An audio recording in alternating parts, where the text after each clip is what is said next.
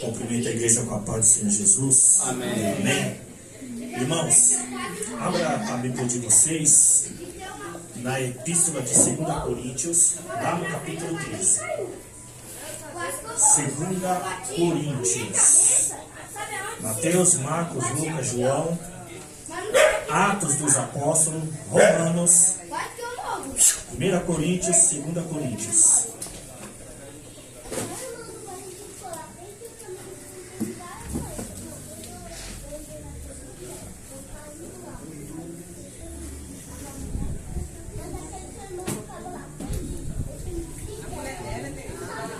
Segunda Epístola de Coríntios. Lá no seu capítulo 13, versículo 8, só um versículo só. Coríntios, C-O-R. C-O-R-1, C-O-R-2.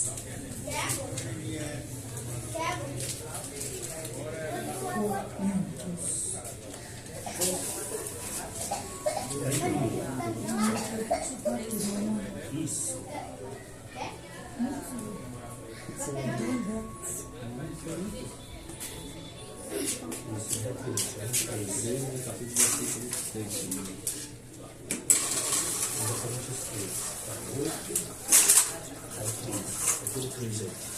Segunda Coríntios 13.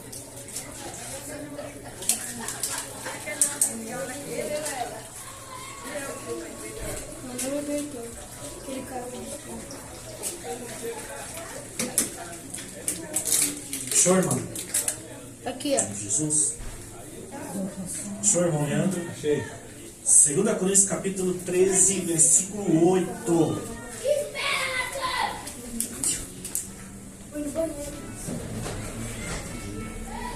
Versículo 8. 2 Coríntios 13, 8, Paulo diz assim, ó: nada podemos contra a verdade, mas somente em favor da verdade. A tradução da minha Bíblia é NVI, Nova Versão Internacional. Talvez, se os irmãos têm alguma Bíblia João Ferreira de Almeida, talvez as palavras não tá tão semelhante, mas o sentido é o mesmo. 2 Coríntios 13, 8, Paulo está dizendo, ó, nada podemos contra a verdade, mas em favor da verdade. 2 Coríntios 13, 8. Irmãos, quem acompanha o grupo da igreja, né, que às vezes eu coloco lá nas sexta-feiras, ou até mesmo no sábado, de manhã, entre a tarde, eu coloco lá a escala de quem dirige e de quem vai pregar. Né, e eu coloquei o seguinte tema, que vocês acabaram aí de acompanhar, de 2 Coríntios 13, 8, quando Paulo está dizendo, nada podemos contra a verdade, a não ser em favor da verdade. Por quê? Amados, o evangelho, o cristianismo, ele está pautado, edificado, estruturado numa única verdade. Não tem meias verdade, não tem várias verdades. Só existe uma verdade e uma única verdade. Só que essa verdade das Escrituras, essa verdade da Bíblia, da Palavra de Deus, das Escrituras e da Epístola do Apóstolo Paulo, Epístola do grego, que significa cartas ou mesmo livro. Não é errado falar livro de 2 Coríntios, capítulo 13, versículo 8. Né? Essa verdade se refere não só às Escrituras, Bíblia Sagrada, este livro que contém a palavra do Senhor, mas essa verdade se refere à própria pessoa de Jesus Cristo, porque Jesus Cristo é a verdade, né? Nós sabemos que João 14,6, Jesus ele declara: eu sou o caminho, a verdade e a vida, ninguém vem ao Pai a não ser por mim. É uma declaração afirmativa que Jesus está dizendo que Ele é o próprio Deus, Ele é o próprio caminho, Ele é a própria verdade e Ele é a própria vida. Porque Ele está dizendo: ó, eu sou o caminho, a verdade e a vida. Esse eu sou é desde o princípio, está lá em Gênesis, não, está em Êxodo capítulo 3, a partir do versículo 13 e 14, quando Moisés, ele pergunta ao Senhor: mas Senhor, quando eu estiver diante do israelita, o que eu direi? E no versículo 14, o Senhor dá a resposta a Moisés: ó, diga que eu sou, meu Deus, o que sou. Veja que Jesus é a verdade, Jesus é o próprio Deus, sim, porque Ele está desde o princípio, desde o início. Que se João 14,6 ele afirma: ó, eu sou. E Êxodo 3, versículo 14, o Senhor responde para Moisés, diz que o eu sou o que sou. Então a verdade que Paulo escreve nas Escrituras, ele está se referindo ao próprio Deus, porque Deus é a verdade, Deus é a palavra de Deus, porque a palavra de Deus, né? O verbo que se fez carne e viveu entre nós. Por quê? João 18, a partir do versículo 36 ao 38, quando Jesus esteve diante de Pilatos, e Pilatos o interroga, Pilatos ele pergunta para Jesus: tu és filho de... você é o rei dos judeus? Eita, papai. E aí Jesus responde: olha, tu dizes, mas foi para isso que eu nasci e vim para este mundo para testemunhar da verdade, e quem é da verdade me ouve. Aleluia. Mas aí no versículo 38, Pilatos, né, questionou, né, a resposta de Jesus: o que é verdade?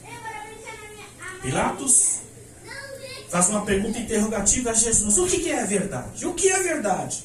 Mas Jesus não responde, não tem continuação da resposta de Jesus. Aleluia. Porque Pilatos estava diante da verdade, que a verdade é uma pessoa, e é a pessoa de Jesus Cristo, o verbo que se fez carne. Apocalipse, capítulo 19, versículo 13, diz lá no finalzinho que o seu nome é Palavra de Deus. Eita, pai. Lembra que a narrativa de João 14,6, quando Jesus declara, afirma: eu sou o caminho, ou seja, eu sou do princípio lá de Êxodo 3, versículo 14, que Jesus é o princípio, que Jesus é o próprio Deus. E aí nós entendemos quando João capítulo 1, os 3 primeiros versículos diz que no princípio, aquele que é a palavra estava com Deus, e era Deus, ele estava com Deus no princípio. E todas as coisas foram feitas por intermédio dele, sem ele nada do que existe teria sido feito. João 1,14, aquele que é a palavra se fez carne, viveu entre nós, e vimos a sua glória, a glória do unigênito vindo do Pai, cheio de graça e de verdade. Jesus Cristo é a verdade, aleluia, de todas as Escrituras, desde Gênesis a Apocalipse. É, papai.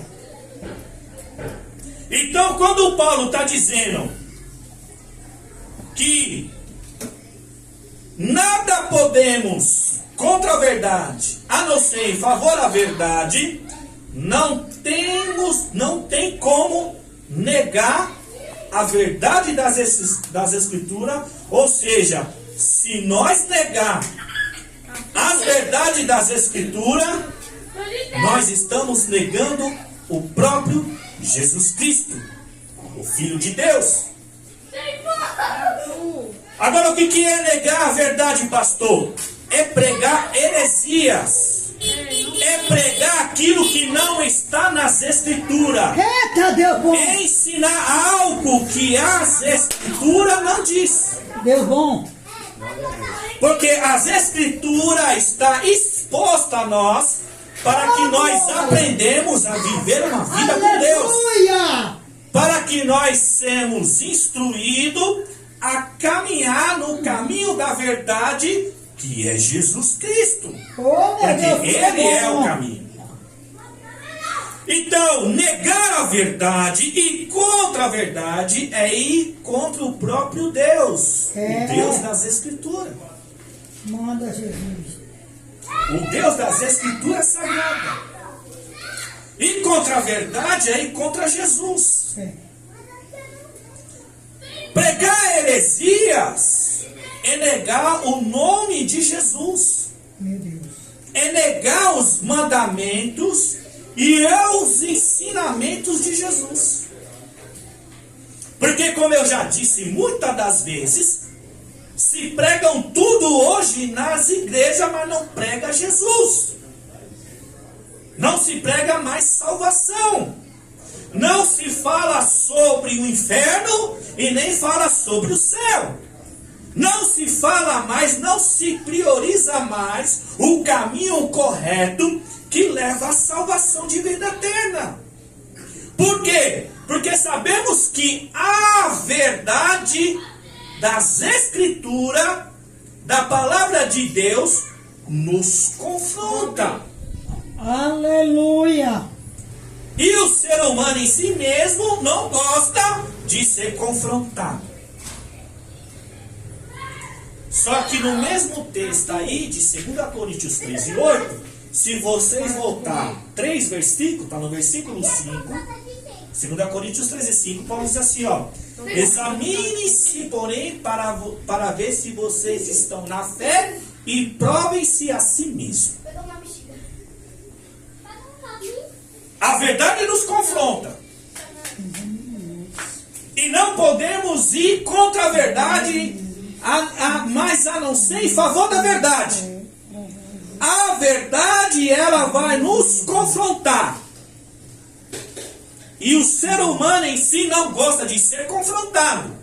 Mas 2 Coríntios 13, 5, Paulo está dizendo: examine-se, para ver se vocês estão na fé. Para ver se vocês estão na fé. Ou seja, a palavra é a verdade. Romanos 10, 17, Paulo fala que a fé vem pelo ouvir, e ouvir a palavra de Deus, ouvir a mensagem do Senhor. Então, quando ele está dizendo em 2 Coríntios 13, 5, examine-se para ver se vocês estão na fé e provem a si mesmo. Para provar se nós estamos na fé, se nós estamos caminhando na verdade, nós temos que colocar a nossa vida à prova perante a verdade das Escrituras. Por isso que ele está dizendo, ó, nada podemos contra a verdade. É. Mas, a não ser a própria verdade. Não tem como. Por isso que eu e você,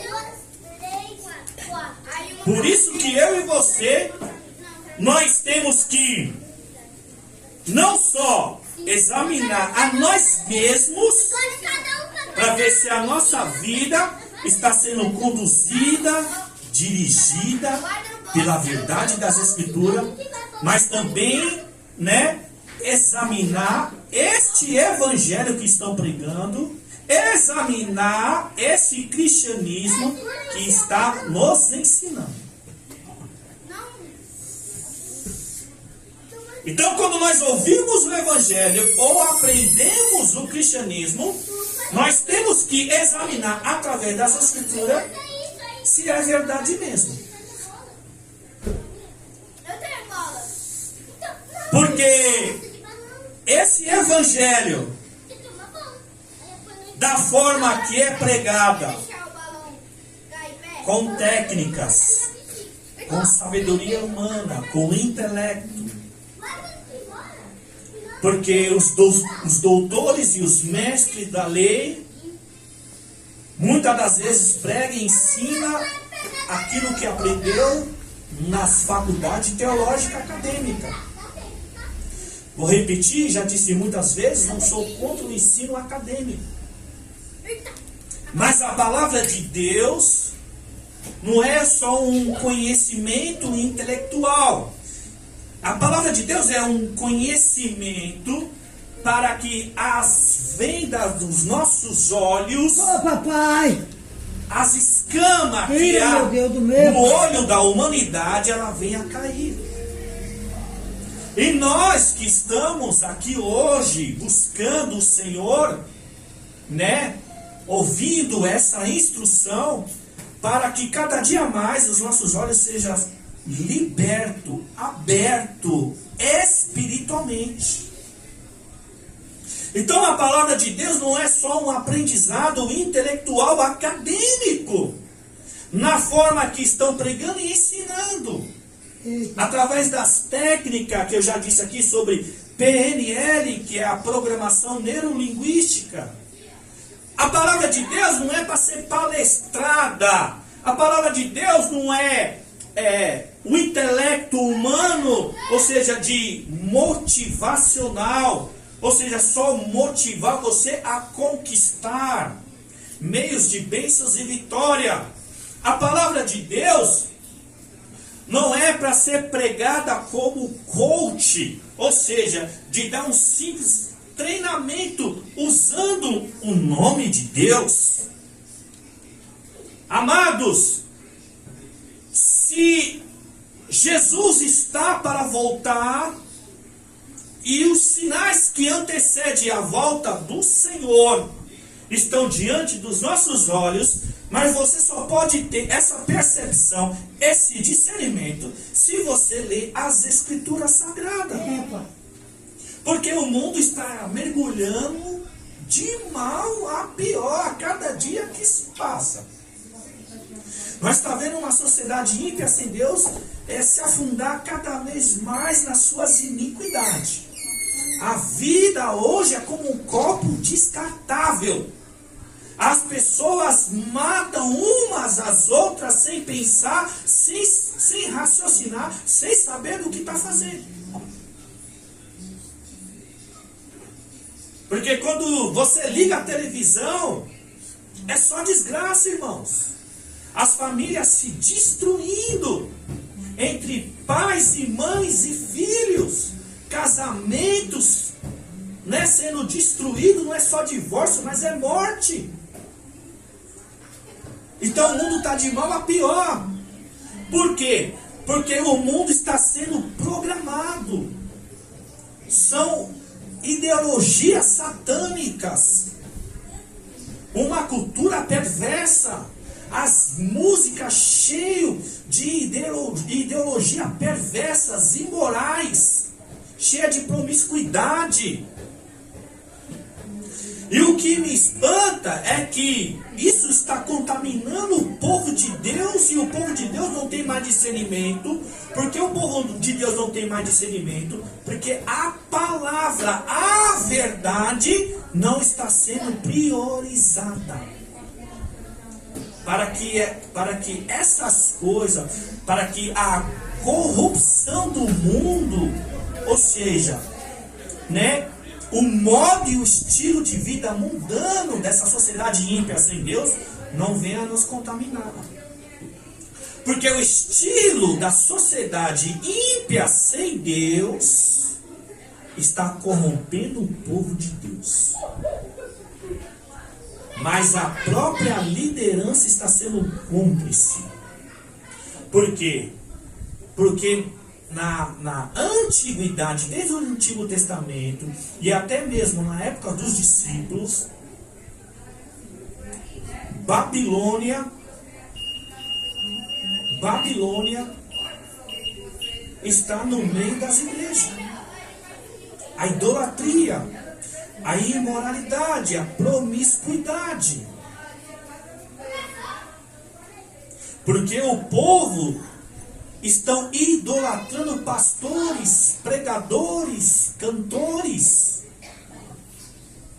Muito das pastoras, das bispas, das apóstolas, né, trazendo sensualidade no meio da igreja, porque não vigia nas questões das suas vestes. Uma corrupção do mundo dentro das igrejas, porque se o nosso governo são corruptos, e a corrupção dentro das igrejas por causa dos dízimos e das ofertas? Se o mundo lá fora é imoral, por que dentro das igrejas tem as imoralidades? Porque a liderança não corrige, não ensina a palavra de Deus na questão do modo de se vestir e prestar um culto ao Senhor. Porque a verdade das Escrituras nós não podemos negar. E Paulo ensina em 1 Timóteo 2,9 que as mulheres venham a se vestir com modéstia, ou seja, tenha pudor nas vestes. E não só as mulheres, mas também os homens. Porque tem irmãos também dentro das igrejas que só o sangue de Jesus para ter misericórdia. Então, irmãos, toda a cultura babilônica daquela época, na questão da idolatria, da imoralidade, ou seja, né, o espírito de Jezabel, hoje em dia está dentro das igrejas e está uma coisa comum. Eita, pai! Mas por quê? Porque as verdades das Escrituras que nos confronta não está sendo mais priorizado. Por quê? Porque se pregar as verdades das Escrituras, então o povo de Deus é confrontado. E se está sendo confrontado, só vai permanecer nas igrejas, cultuando, buscando o Senhor, perseverando quem quer ir para o céu. Para quem crê que realmente que o céu existe, para aqueles que crê que realmente Jesus Cristo vai cumprir a sua palavra, de buscar a sua igreja, para fazer morada com ele eternamente. Aleluia. De João, capítulo 14, os 3 primeiros versículos. Não tenham medo, credes em Deus e credes em mim, porque na casa do meu pai há muita morada. E se não fosse assim, eu não teria dito: eu vou, mas vou preparar lugar, e voltarei, e os levarei vocês para estar junto comigo. Aleluia. Foi uma promessa que Jesus fez. Glória a Deus. Mas para que essa promessa de Jesus cumpra na minha e na sua vida, Aleluia, nós temos que perseverar na verdade. Mas como eu disse, a verdade nos confronta. Glória a Deus. Então as verdades das Escrituras, o conhecimento das Escrituras, não é só intelectual ou acadêmico. Não é saber a teoria, a cultura, né, a geografia daquelas épocas, saber, né, diferenciar, né, as palavras dos original, porque o Antigo Testamento foi escrito em hebraico e algumas linguagens em aramaico, mas o Novo Testamento foi escrito em grego. A questão não é dominar essa cultura de linguagem acadêmica, de você saber o que é o hebraico, de ler em hebraico, né? Escrever em hebraico, ou saber ler em aramaico, falar em aramaico, traduzir corretamente, tudo bonitinho, né? Saber ler em grego, traduzir o grego para o português, mas todo esse ensino acadêmico que muitos doutores, muitos pastores e mestres almejam isso, mas você vê a igreja de Cristo perecendo espiritualmente. Por quê? Temos toda essa estrutura acadêmica, teológica, mas o índice de divórcio dentro das igrejas está igual o mundo aí fora. Liderança se divorciando em segundo, terceiro casamento. Os irmãos indo no mesmo embalo. O corpo de obreiro nem se diz. Por quê? Porque já começa da liderança. A liderança, irmãos, é o espelho para os irmãos e o corpo de obreiros. Então tem muitos líderes que estão em 2, 3 casamentos. Amados, se uma pessoa está no segundo casamento porque perdeu a esposa ou perdeu o marido, ou seja, caso de morte, é uma coisa. É lógico que tem casos que nós temos que examinar a questão de violência física, violência verbal, que abala o psicológico. Casa a casa a examinar. Mas muitos dos divórcios é porque não suportam mais uns aos outros. Porque não suporta, não aumenta mais as diferenças. Porque o homem é muito diferente da mulher e a mulher é muito diferente do homem. Então os que estão casados não querem mais ficar casados, os que se casam hoje, amanhã já estão se separando. E isso está uma coisa comum entre as igrejas. E a gente não pode achar isso normal. Porque uma estrutura de uma sociedade sadia começa dentro da família. E nas igrejas não vai ser diferente. Para uma boa liderança, para um bom corpo de obreiro, para poder liderar, ajudar o seu pastor a dar continuidade ao ministério, começa dentro da sua casa, uma casa estruturada. Mas essas verdades aqui, para poder controlar ou até mesmo combater a idolatria, a imoralidade, a corrupção, né? Diminuir os adultérios dentro das igrejas, os divórcios, a idolatria, as heresias que vem fazendo. Tem que pregar as escrituras. Mas muito não quer pregar. Lembra que eu disse que a verdade, que é a palavra do Senhor, que é o próprio Deus, que ela tem que ser exposta para mim e para você, para que a gente caminhe na verdade, para que a gente permaneça na verdade, ela tem que ser pregada. Ou seja, lembra que eu falei que os nossos olhos têm que ser libertos, ou seja, as escamas têm que cair? Porque Jesus, em João 8,32, ele diz, ó, conhecereis a verdade e a verdade vos libertará. João 8,36, se o Filho do Homem te libertar, verdadeiramente sereis livres. Eita, papai. Mas que libertação é essa que Jesus está dizendo? O pecado que nos escraviza.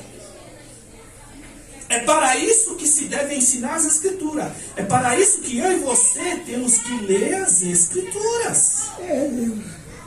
Então o conhecimento das Escrituras é para nos libertar do pecado que nos escraviza.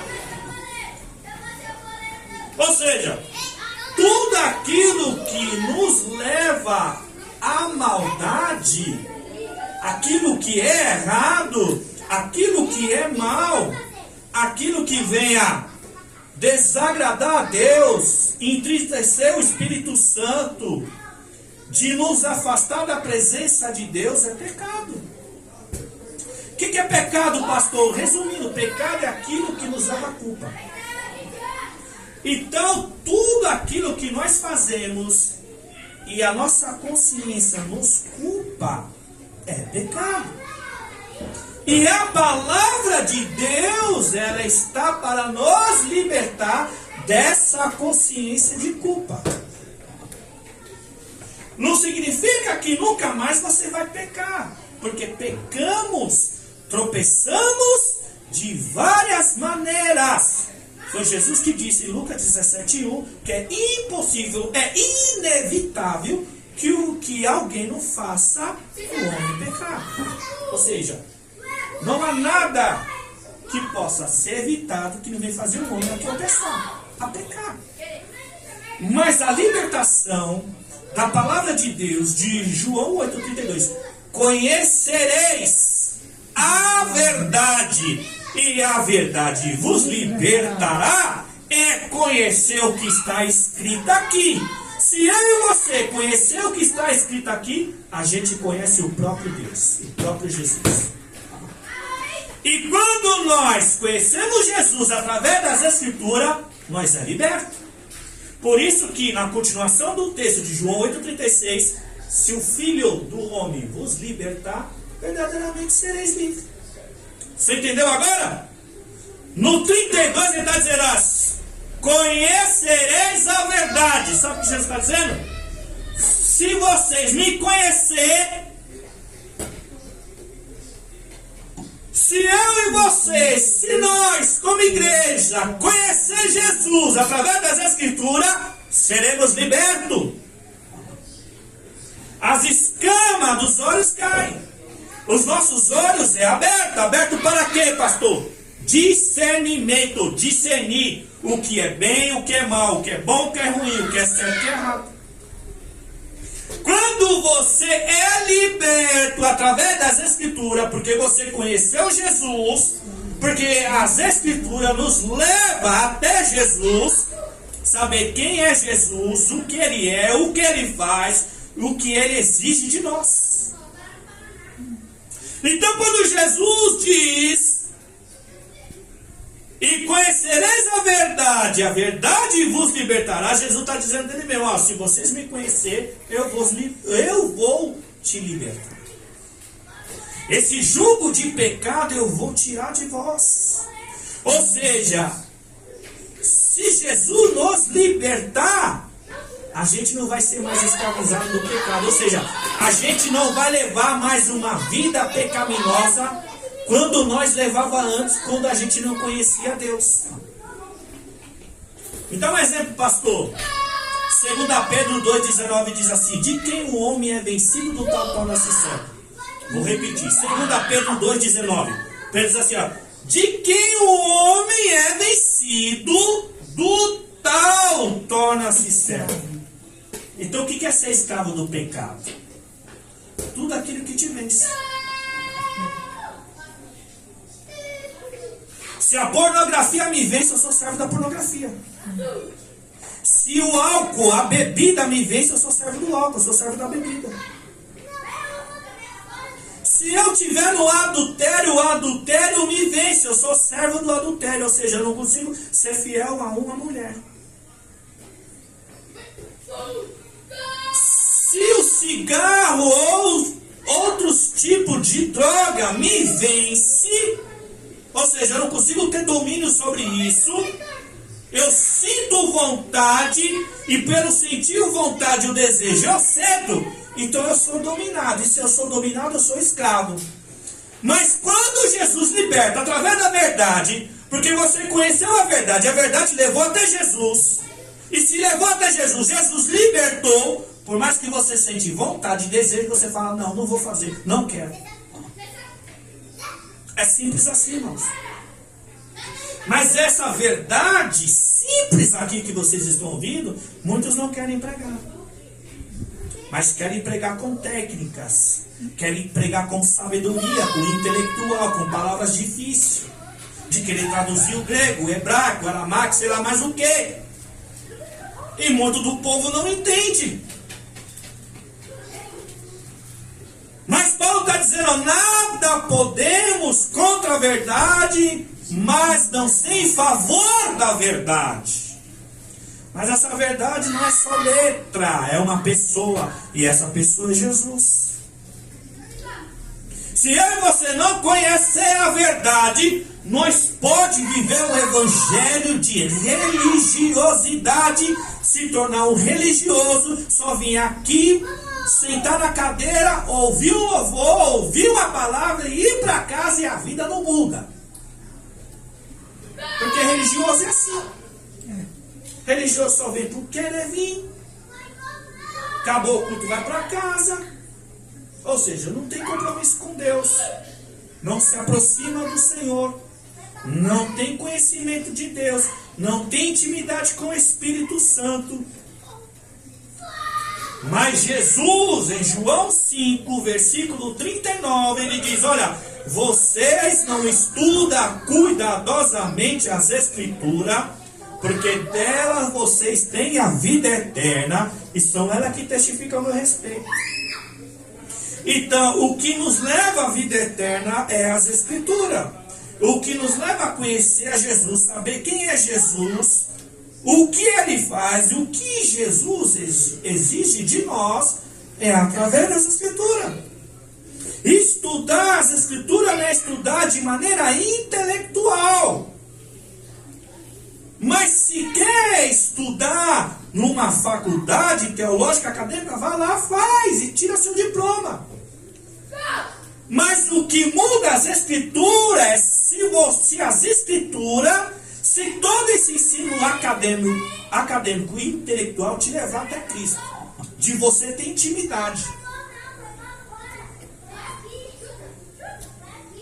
Porque conhecer a verdade, irmão, é conhecer o próprio Deus. E o Senhor, é porque assim, Romanos 10, 17, a fé vem para ouvir a palavra de Deus, ouvir a mensagem do Senhor. Fé, como diz Hebreus 11, 1, só sintetizando o que está escrito, a fé é algo que nós não vemos, mas é a certeza que nos espera. Ou seja, Deus, eu não vejo, mas eu creio que Ele existe. Eu creio que eu me comunico com Ele e Ele se comunica comigo. Porque Deus ninguém vê, irmãos.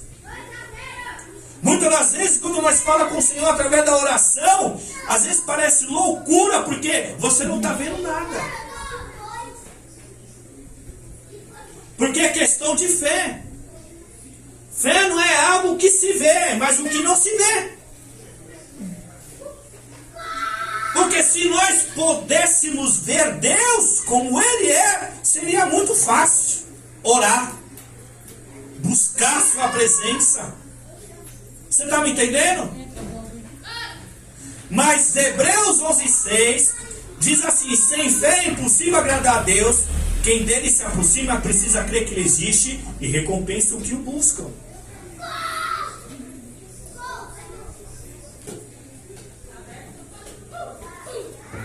Mas a fé é algo que os nossos olhos não podem contemplar.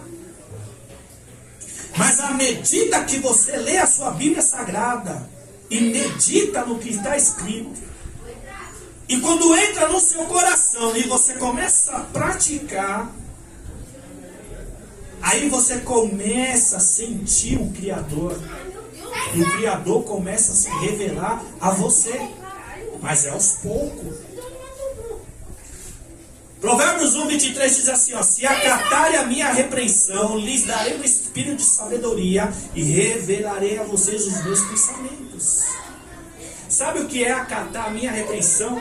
É se dedicar a sua vida às Escrituras, obedecer, viver e praticar. E o Criador, ele vai se revelar, ele vai revelar os seus pensamentos. Deus só pode se relacionar com a sua criatura, que é Ele e você, para aqueles que o buscam.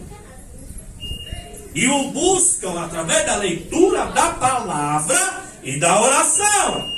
Mateus 22, versículo 29. Olha, vocês erram porque vocês não conhecem as Escrituras e nem o poder de Deus. Jesus está ensinando que o povo não lê a Bíblia e o povo não ora. Então o povo não lê as Escrituras para saber acerca de Deus, o que Ele exige de nós, e o povo também não dobra o seu joelho e não fala com o seu Criador. O próprio Jesus, o próprio Deus, aos 12 anos de idade, como diz Lucas 2,52, diz lá que o menino crescia em estatura e graça diante de Deus e dos homens. Jesus, aos 12 anos de idade, ele já tinha o conhecimento do livro do judaísmo, a Torá, que vai de Gênesis ao último profeta Malaquias. Jesus estudava as Escrituras. Jesus, ele orava, ele falava com Deus.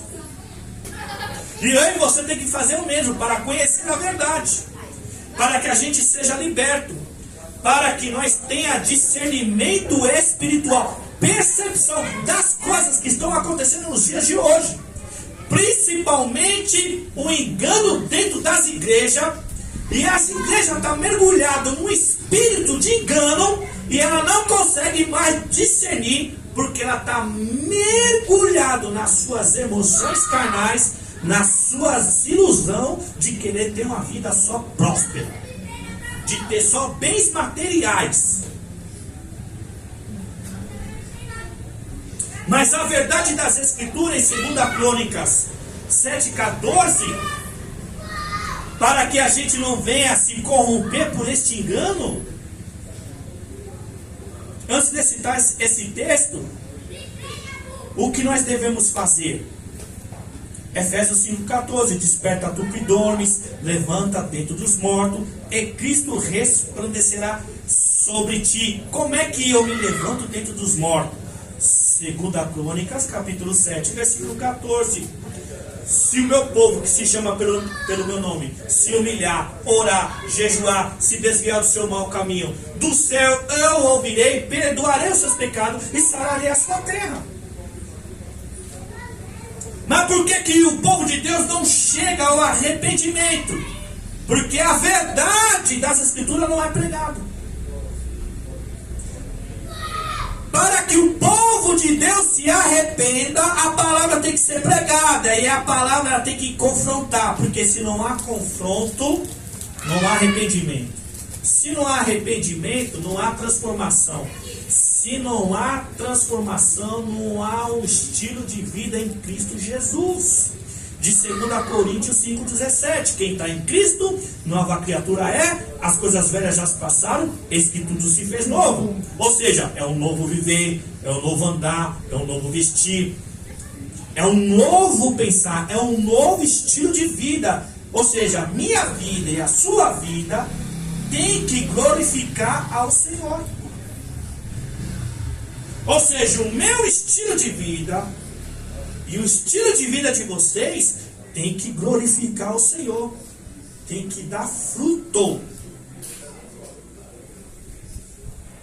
Mas isso só pode acontecer se nós conhecer a verdade, aprender da verdade e viver a verdade. E não é fácil porque confronta. Quem quer pregar o Evangelho de Mateus 16, 24, quem quiser me acompanhar, nega a si mesmo, toma a sua cruz e siga-me. Quem quer pregar o Evangelho de Mateus 16, 26, o que adianta um homem ganhar o mundo inteiro e perder a sua alma? O que adianta ser pastor itinerante, pregador itinerante, cantor famoso, ter riqueza, ter fama, ter glamour, ter aplauso e perder a sua salvação? Do que adianta usar o nome de Deus, usar Deus nos dons proféticos, curas e milagres, coisa extraordinária, e perder sua salvação? O que adianta usar os dons que o Senhor nos dá? Porque Romanos 11, 29, os dons e o chamado do Senhor são irrevogáveis. Sabe o que significa isso? Quando Deus chama, Deus ele não exclui. Quando Deus dá um dom, Deus não tira. Muitas das vezes a pessoa faz um dom morrer, porque ela não usa os dons. Mas alguns usufruem os dons para interesses pessoais. Mas a única armadura que nos protege é as verdades das Escrituras. Para que eu e você tenha discernimento de espírito, nós temos que ter intimidade com o Espírito Santo. Porque quem tem intimidade com o Espírito Santo não deixa ser enganado. Mas para ter intimidade com o Espírito Santo, nós precisamos orar. Porque você só tem intimidade com uma pessoa, com um amigo ou com uma amiga, quando você tem intimidade. O que é intimidade? É conversar, é compartilhar. E com Deus é a mesma coisa. Está vendo como o Evangelho é simples? Mas os doutores dificultam o Evangelho.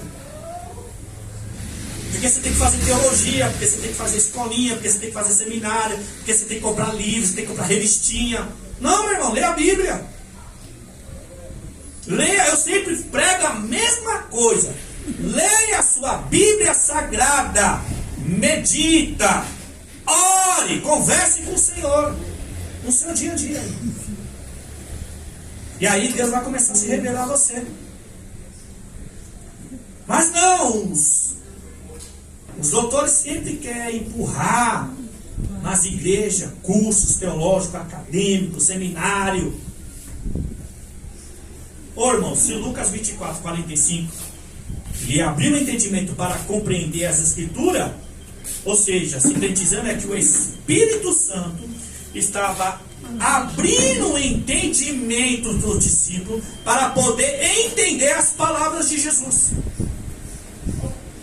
É através das Escrituras que o Espírito Santo nos revela a verdade.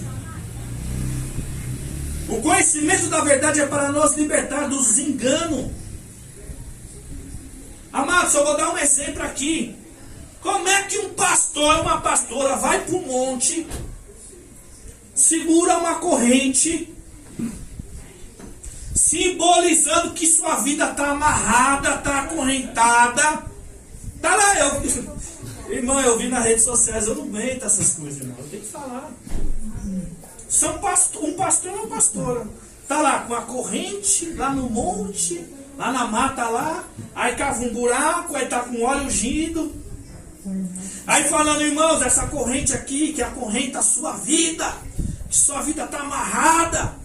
Aí vai lá, pega a corrente, coloca lá no buraco, bota lá o óleo lá, irmão, enterra. Aí depois de 7 dias vai lá, desenterra, leva para a igreja e simboliza que você foi liberto. Ô, irmão, pelo amor de Jesus, irmãos. Não dá, irmão, para aguentar um negócio desse. Isso é só o básico. Porque se eu for, eu queria ter um telão aqui para mostrar as heresias que esse povo prega e fala. E o povo acredita, irmão. Mas pregar isso aqui que eu estou pregando, simples, é difícil. Sabe por que é difícil? Porque vai esvaziar, irmão. A igreja vai ficar vazia. Se pregar a verdade, a igreja fica vazia, irmão. Só, é igual eu falei, só fica quem quer ir para o céu. Se pregar santidade, só vai ficar quem vai para o céu. Se pregar sobre o céu, se pregar sobre o inferno, só vai ficar na igreja quem quer realmente ir para o céu, irmão. É fácil demais eu inventar qualquer heresia aqui para vocês, que na teologia é chamado de secretismo religioso, ou seja, a palavra de Deus não é suficiente, tem que ter algo a mais.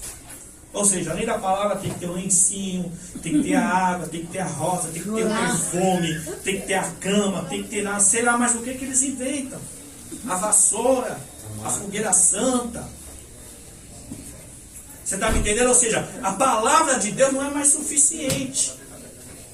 Se Paulo diz que a fé vem pelo ouvir a palavra de Deus de Romanos 10, 17.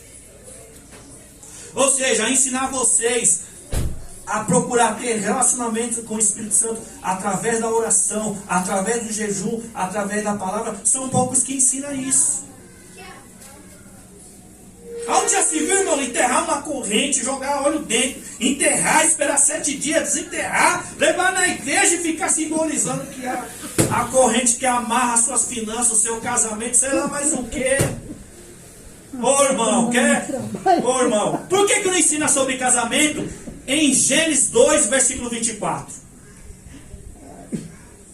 Gênesis 2, 24 ou 27. Que o texto diz, ó: filhos deixará pai e mãe e se unirá a sua mulher e ambos serão uma só carne.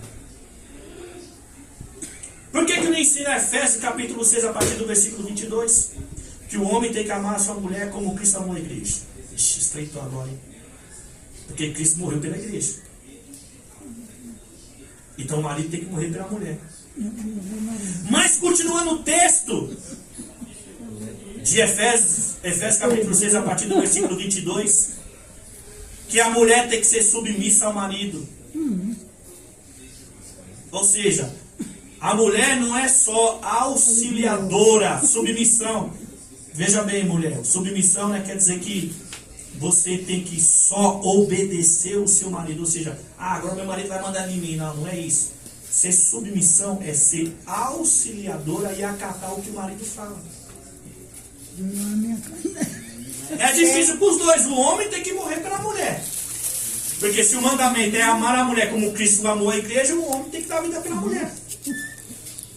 E a mulher tem que ser submissa, porque na verdade Deus ordena o homem amar sua esposa, mas não ordena a mulher amar o seu esposo.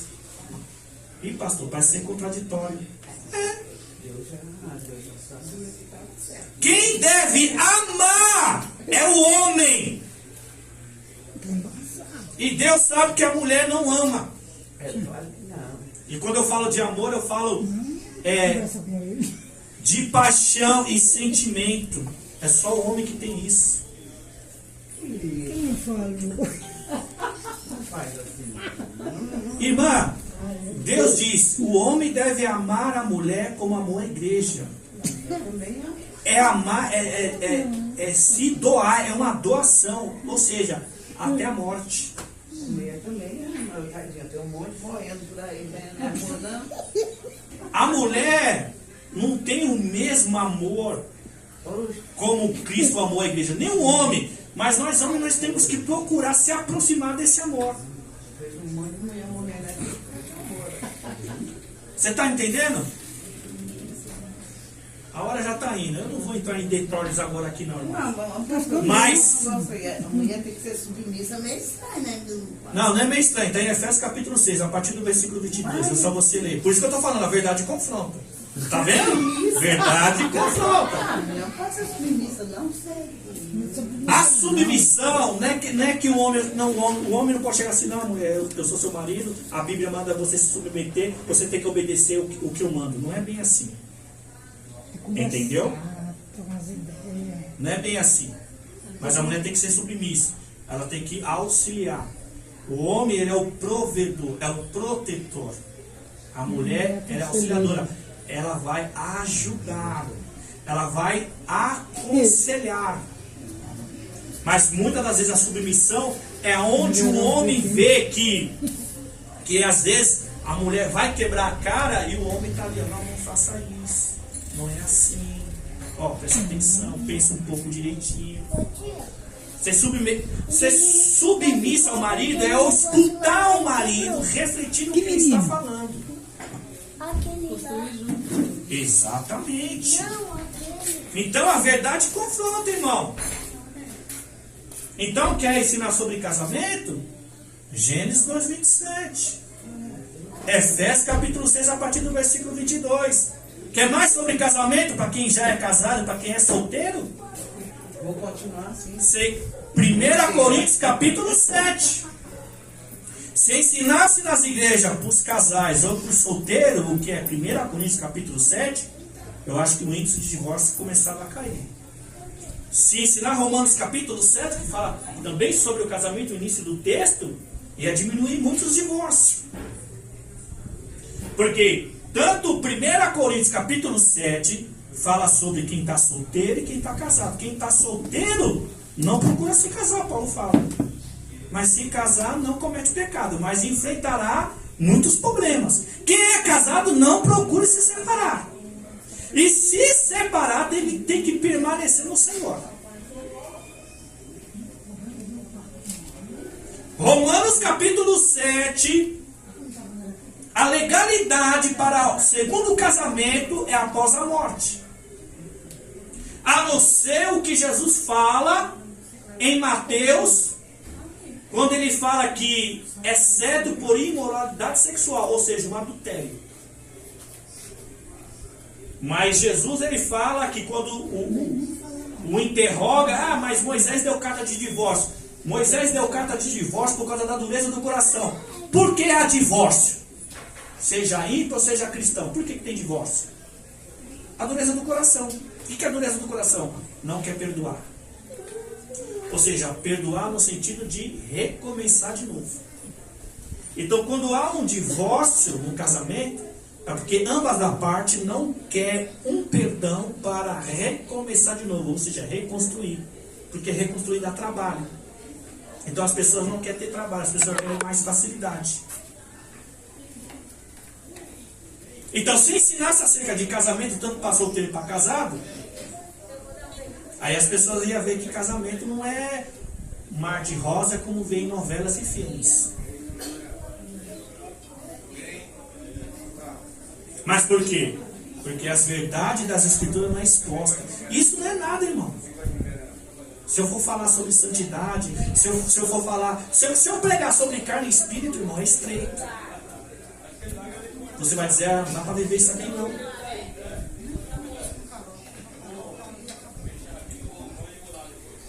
Mas a gente tem que aprender. E se depender de mim, as escrituras vai ser pregada. Não sou teólogo, não fiz faculdade de teologia, não tenho fama, não tenho uma igreja grande, não tenho um povo grande, mas as verdades vai ser exposta. Porque um dia eu vou estar diante do Senhor, vocês vão estar diante do Senhor e nós vamos prestar contas. Romanos 14:12. Cada um de nós prestará conta de si mesmo a Deus. Amém? Amém. Está encerrado em nome de Jesus. Pastor, a hora. Ora, encerra o culto que eu dou as bênçãos apostólicas.